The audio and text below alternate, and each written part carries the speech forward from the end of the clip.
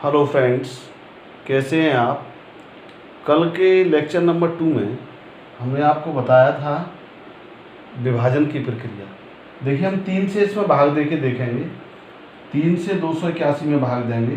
देखिए, 3 नाम में 27, एक का अंक उतारा, 3 तक के 9, शेष हो गया 2।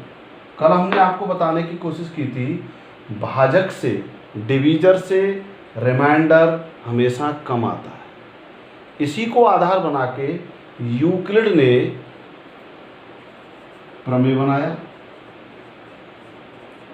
यूक्लिड विभाजन प्रमेय का। इसको हम यूक्लिड डिवीजन लीमा बोलते हैं। ये बात बहुत पहले पता था कि भाजक से शेषफल कम आता है, लेकिन प्रथम बार यूक्लिड ने इसको लिख के एक प्रमेय बनाया, एक कथन बनाया, उसको सब सिद्ध किया उन्होंने। क्या लिखो? 2 धनात्मक पूर्णांक दिए, धनात्मक पूर्णांक a और b is greater then b दिए रहने पर ऐसी अद्वितीय पूर्ण संख्याएं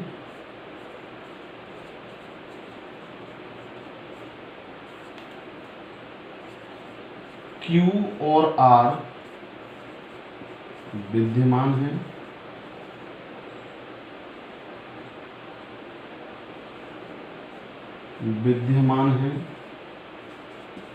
कि A is equal to BQ plus R, where R is greater than and equal 0 and less than b। यानी शेषफल का मान 0 के बराबर और 0 से बड़ा होगा, लेकिन भाजक से कम होगा। इस कथन को सर्वप्रथम यूक्लिड ने लिखित रूप में एक प्रमेय के रूप में दिया। इसी यूक्लिड प्रमेय का प्रयोग करते हुए हम 2 धनात्मक पूर्णांकों का HCF निकालना सीखेंगे। HCF निकालने के चरणों को हम यूक्लिड विभाजन एल्गोरिथम कहेंगे। यूक्लिड विभाजन एल्गोरिथम। इसमें क्या है? 2 धनात्मक पूर्णांकों का HCF यूक्लिड विभाजन प्रमेयिका का प्रयोग करके चरणबद्ध तरीके से हम निकालते हैं। देखिए, हम एक उदाहरण ले लेते हैं इजी। ये आपकी पाठ्यपुस्तक यानी आपकी नोटबुक का NCERT का क्वेश्चन नंबर 1 है। 135 और 225 का HCF यूक्लिड विभाजन प्रमेयिका का प्रयोग करके निकालिए। तो देखिए, सर्वप्रथम हमने आप यूक्लिड विभाजन प्रमेयिका लिखेंगे। यूक्लिड विभाजन प्रमेयिका लिखेंगे। क्या है इसमें यूक्लिड विभाजन प्रमेयिका? A is equal to BQ plus R। ठीक है, तो देखिए यहाँ A इज इक्वल टू क्या है? जो बड़ी संख्या होती है वो A मानी जाती है, 225 होगी। B इज इक्वल टू क्या है? 135 होगी। तो हम यहाँ लिख सकते हैं A is greater then B। पहला स्टेप हमारा क्या है इसमें? स्टेप नंबर 1 लिखेंगे 225 इज इक्वल टू 135 गुणा 1 प्लस 90। इसको हम किस तरीके से यहाँ सॉल्व करेंगे? यहाँ अलग हम एक रफ बना के 135 का 225 में भाग दे के व्यवस्थित कर लेंगे। 135 का 225 में एक बार भाग जाएगा, देखो यहाँ 0 बचेगा, यहाँ 9 बचेगा, यहाँ 0 बचेगा। अब देखिए शेषफल हमारा कितना बचा, 90। तो शेषफल 90 बचने पर इस प्रक्रिया को, इन स्टेपों को जब तक आगे ले जाते हैं जब तक शेषफल हमारा 0 नहीं हो जाए। अब हमारा जो यूक्लिड विभाजन प्रमेय का किस में लगेगा, भाजक और शेषफल में। स्टेप नंबर 2, यहाँ आप लिखेंगे 19 इज नॉट इक्वल टू 0, ये 0 के इक्वल नहीं है। तब क्या करेंगे, 135 और 90 में Euclid division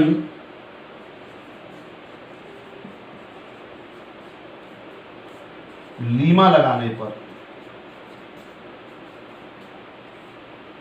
Euclid division Lima लगाने पर, देखिए क्या है यूक्लिड डिवीजन लीमा,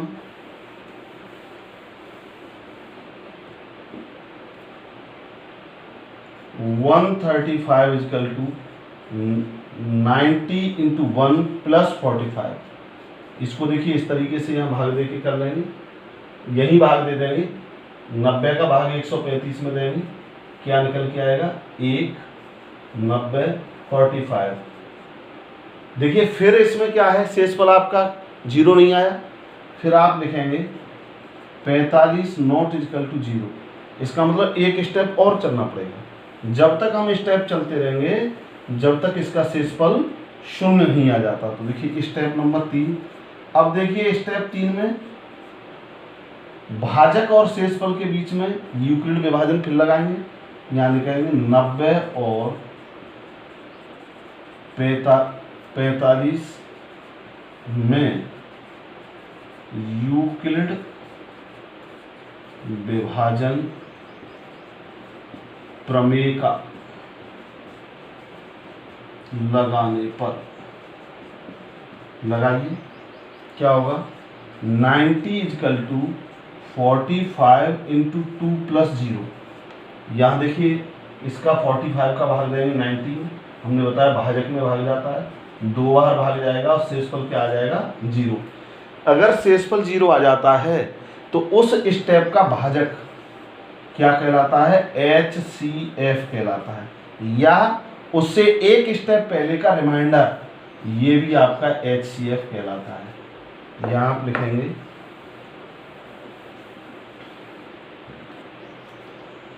135, 135 और 225 का HCF बराबर कितना होगा, 45 होगा। ठीक है, इस तरीके से शेष जो क्वेश्चन है एक्सरसाइज के, क्वेश्चन नंबर 2, क्वेश्चन नंबर 3, ये दूसरा और तीसरा पार्ट है, ये आपको अपने घर से करना है। अगला हम पार्ट इसका बताते हैं। अगला क्वेश्चन, सभी बच्चे स्नैपशॉट इसका लेके और अपना होमवर्क करते रहेंगे और अपना नोटबुक बना लेंगे। तो सभी बच्चे हमारे इस चैनल को अगला वीडियो देखने के लिए सब्सक्राइब करेंगे और बेल आइकन दबाएंगे, जिससे कि अगले वीडियो की आपकी नोटिफिकेशन मिलती रहे। क्वेश्चन नंबर 2, देखिए इसमें क्वेश्चन नंबर 2 करेंगे एक्सरसाइज 1.1 का। क्वेश्चन नंबर 2 कह रहा है, दिखाइए कि कोई भी धनात्मक विषम पूर्णांक 6q+1 या 6q+3 या 6q+5 के रूप का होता है, जहां q कोई पूर्णांक है। ये कह रहा है कोई भी धनात्मक पूर्णांक दिखाना है, कोई भी धनात्मक पूर्णांक विषम, उसका पूर्णांक कैसा होता है, 6q+1, 6q+3 और 6q+5 के रूप का होता है। देखिए कैसे हल करेंगे। माना धन पूर्णांक a है, जिसको 6 से, देखिए b का मान हमारा यहाँ ये किस तरीके का रूप लाना है, 6q+1, तो b का मान हमारा क्या हो गया 6 से विभाजित करने पर भागफल Q तथा शेषफल R प्राप्त होता है। शेषफल R प्राप्त होता है। तब देखिए A बराबर क्या होगा, 6Q प्लस R। अब हमने आपको बताया था शेषफल का मान भाजक से कभी भी अधिक नहीं हो सकता, उसके बराबर भी नहीं हो सकता है। तो अब यहाँ लिखेंगे where R 0 is greater than and equal R, नहीं less than R and less than B का मतलब 6।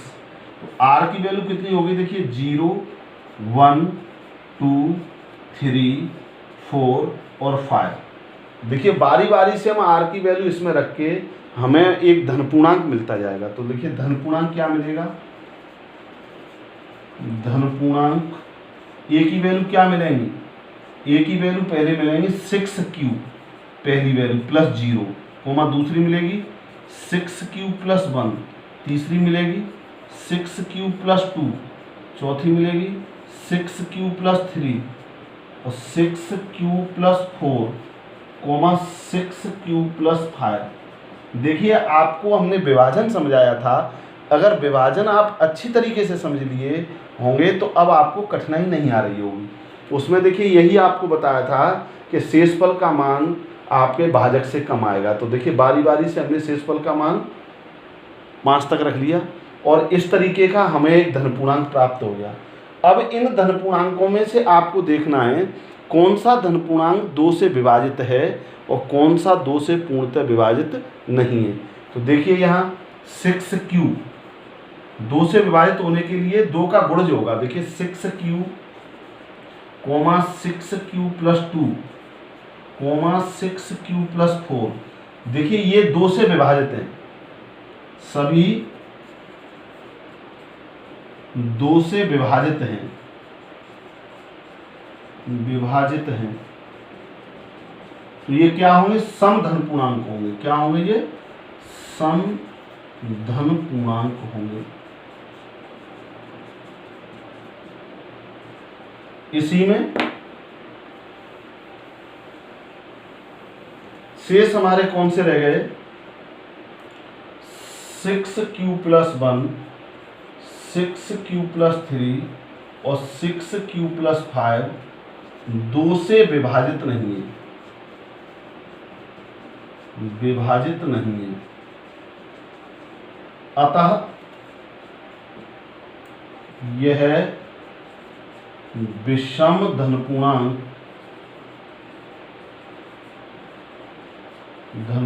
होंगे। यही आपको सिद्ध करना है। देखिए इसमें 2 का भाग चला जाएगा, इसमें भी चला जाएगा, इस पद में भी चला जाएगा, इस पद में और इसमें भी चला जाएगा, तो ये 2 से विभाजित हो गया। देखिए 6 में चला जाएगा लेकिन 1 में नहीं जाएगा, तो ये पूरी संख्या 1 मानी जाएगी, तो ये हमारी 2 से विभाजित नहीं हुई। 6 में चला जाएगा लेकिन 3 में नहीं जाएगा, ऐसे ही 6 में चला जाएगा लेकिन 5 में नहीं जाएगा। तो ये तीनों ही जो हमारी धन पूर्णांक संख्या हैं ये विषम धन पूर्णांकों को रिप्रेजेंट करती हैं। अगला क्वेश्चन देखिए इसका,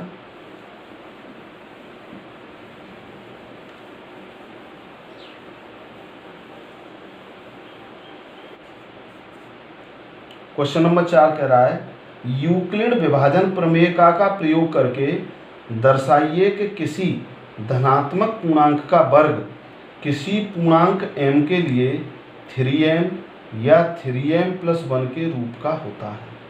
यानी किसी धनात्मक पूर्णांक का वर्ग किसके बराबर होता है, या तो 3m के रूप का होता है या 3m प्लस 1 के रूप का होता है। माना धनात्मक पूर्णांक a है जिसको 3 से विभाजित करने पर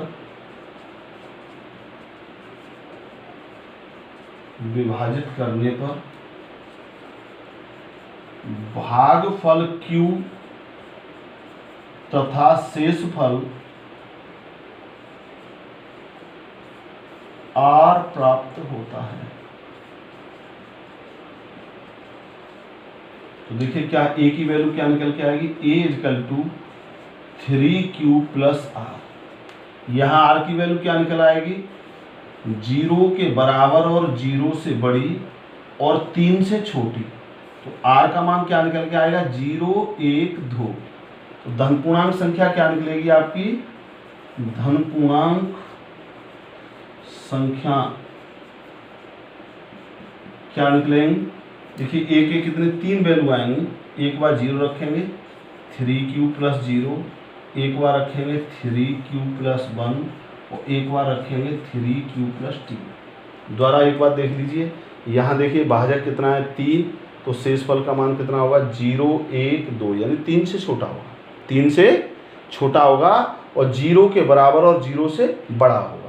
अब हमें ये दिखाना है कि इन धन पूर्णांकों का अगर हम वर्ग करें तो उसका जो रूप आएगा वो 3m प्लस 1 और 3m के रूप का होगा।